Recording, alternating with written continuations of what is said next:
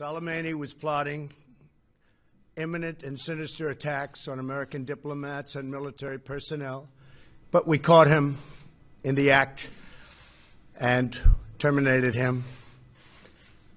Under my leadership, America's policy is unambiguous to terrorists who harm or intend to harm any American.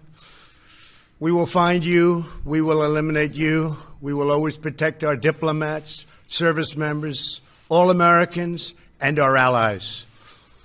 For years, the Islamic Revolutionary Guard Corps and its ruthless Quds Force under Soleimani's leadership has targeted, injured, and murdered hundreds of American civilians and servicemen. The recent attacks on U.S. targets in Iraq, including rocket strikes that killed an American and injured 4 American servicemen very badly, as well as a violent assault on our embassy in Baghdad, were carried out at the direction of